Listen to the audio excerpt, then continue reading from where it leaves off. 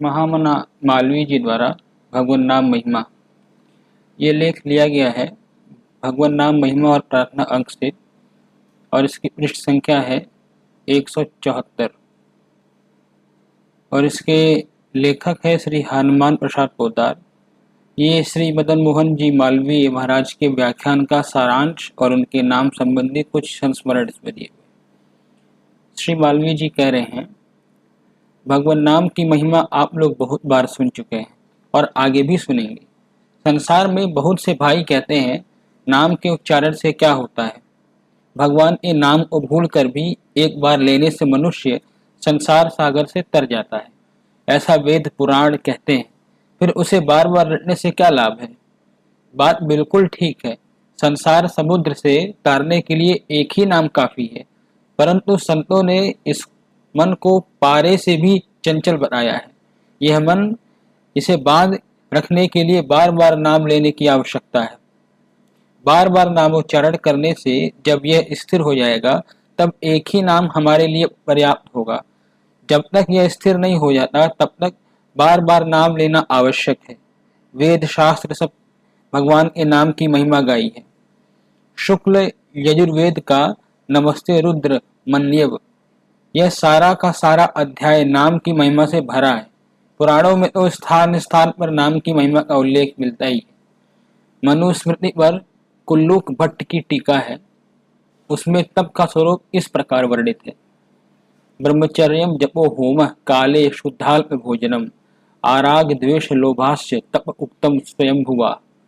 अर्थात ब्रह्मचर्य, जप, होम, समय पर शुद्ध एवं अल्प भोजन करना तथा राग, द्वेष एवं लोभ से रहित होना, इसी को ब्रह्मा जी ने तप कहा है। इसी तप का साधन करने से आप लोग नाम की महिमा को जान गए हैं। भीष्म जब सब धर्मों का उपदेश कर रहे थे तब युधिष्ठिर ने उनसे प्रश्न किया कि सब धर्मों में श्रेष्ठ धर्म आपको कौन सा जचता है। जीव किस मंत्र का जप करने से जन्म मृत्यु के बंधन से छूट जाता है। इसके उत्तर में भीष्म बोले, मनुष्य को चाहिए कि वह निरंतर सावधान रहकर संसार के स्वामी देवाधिदेव अनंत पुरुषोत्तम भगवान की सहस्त्र नाम के द्वारा स्तुति करे, उन्हीं अव्यय पुरुष का भक्ति पूर्वक नित्य अर्चन करे, उन्हीं का ध्यान, उन्हीं का स्तवन, उन्हीं को नमस्कार एवं उन्हीं की पूजा करे। उन आदि अंत से रहित समस्त लोकों के महेश्वर, जगत के अधिनायक, सारे धर्मों को जानने वाले, सारे लोगों की कीर्ति को बढ़ाने वाले, लोकनाथ, महद्भूत तथा समस्त भूतों की उत्पत्ति के कारण भगवान नारायण का नित्य स्तवन करने से मनुष्य समस्त दुखों से तर जाता है।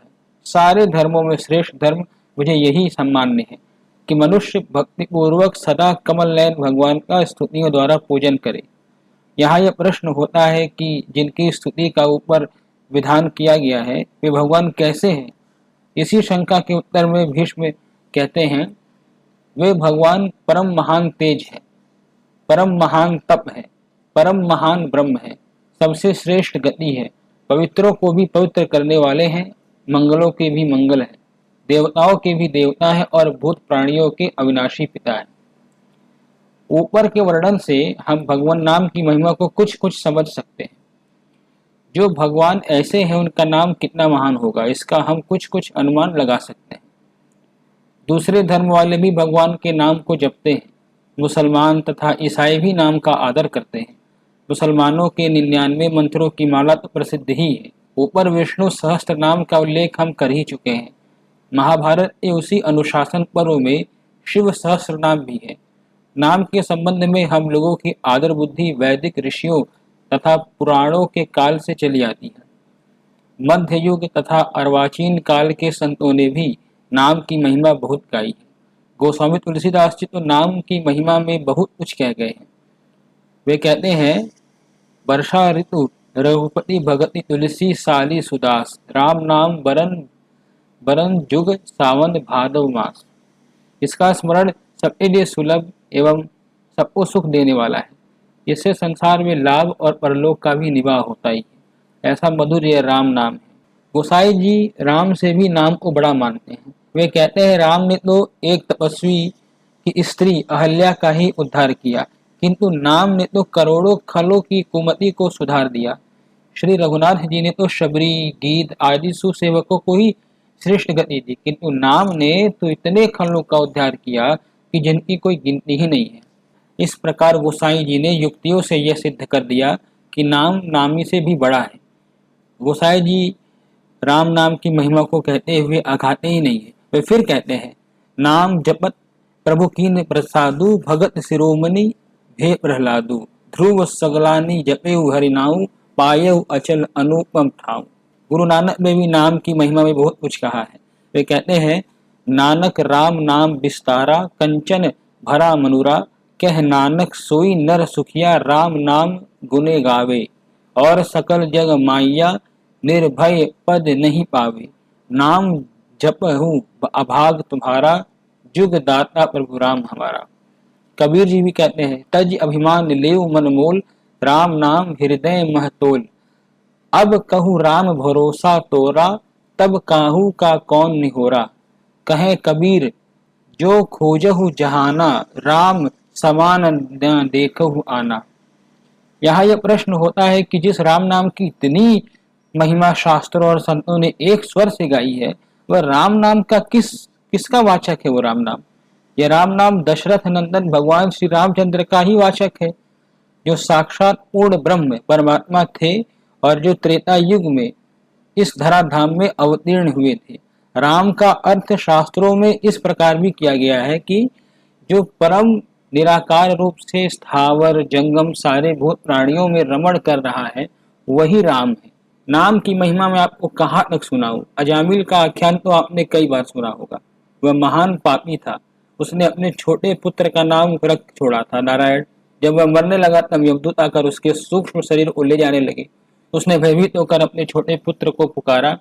अंत समय उसके मुख से पुत्र के बहाने भी नारायण नाम का उच्चारण सुन वहां भगवान श्री विष्णु के दूत उपस्थित हो गए और उसके सूक्ष्म शरीर को यमदूतों ने से छीन लिया। यमदूत दौड़े हुए यमराज के पास पहुंचे और उनसे सारा वृत्तांत कह सुनाया।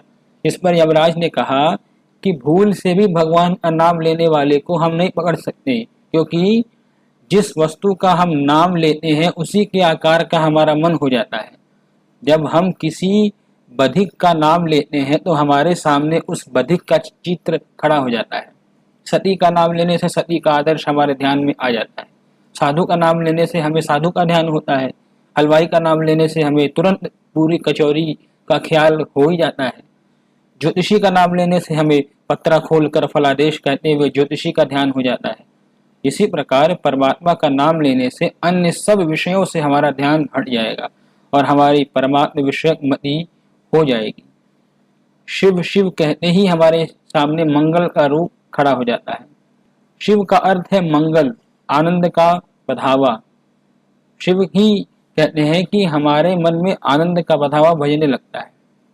मैं जब मृत्युंजय मंत्र का जप करने लगता हूँ उस समय मेरा मन हठात भगवान विश्वनाथ के दरबार में पहुंच जाता है। शरीर से अन्यत्र रहते हुए भी मैं अपने को मन से वहीं पाता हूँ।